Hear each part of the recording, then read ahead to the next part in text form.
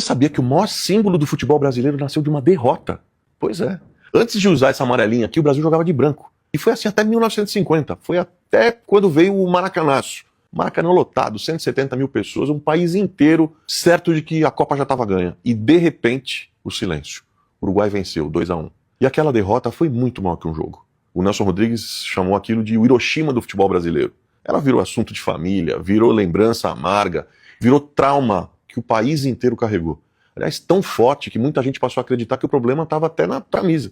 E aí a antiga CBD decidiu aposentar o uniforme branco e queria criar uma nova identidade para a seleção. Em 1953 lançou um concurso nacional. A nova camisa teria que usar as 4 cores da bandeira brasileira.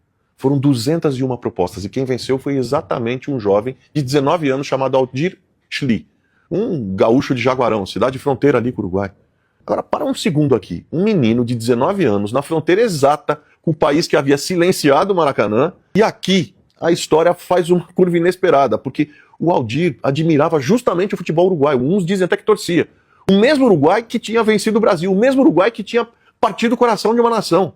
Parece uma ironia grande demais para ser verdade, mas é real. E o que mais me impressiona nessa história nem é isso, é outra coisa. O Brasil não criou a amarelinha quando estava no topo, criou quando estava no chão, quando parecia que a vergonha era maior que a esperança, quando o país inteiro procurava uma forma de seguir em frente.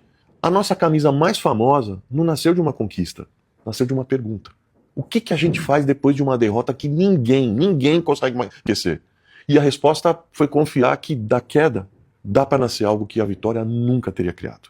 Gente, aí eu me lembro da fé, né? A fé cristã nos ensina uma coisa, que Deus também é especialista em trabalhar em recomeços que nascem do chão. Bom, mas aí vieram os títulos, vieram os craques, vieram as 5 estrelas, mas tudo isso começou antes. Começou quando o Brasil decidiu que não seria definido pelo pior dia da sua história esportiva. Isso vale para muito mais do que o futebol, porque ninguém descobre quem é só nos dias em que dá tudo certo. A identidade aparece quando os planos fracassam, quando o placar é contrário, quando a gente precisa decidir se a derrota é que vai ter a última palavra. E antes de ser símbolo de vitória, a amarelinha foi símbolo de recomeço. E é por isso que ela continua mexendo tanto com a gente.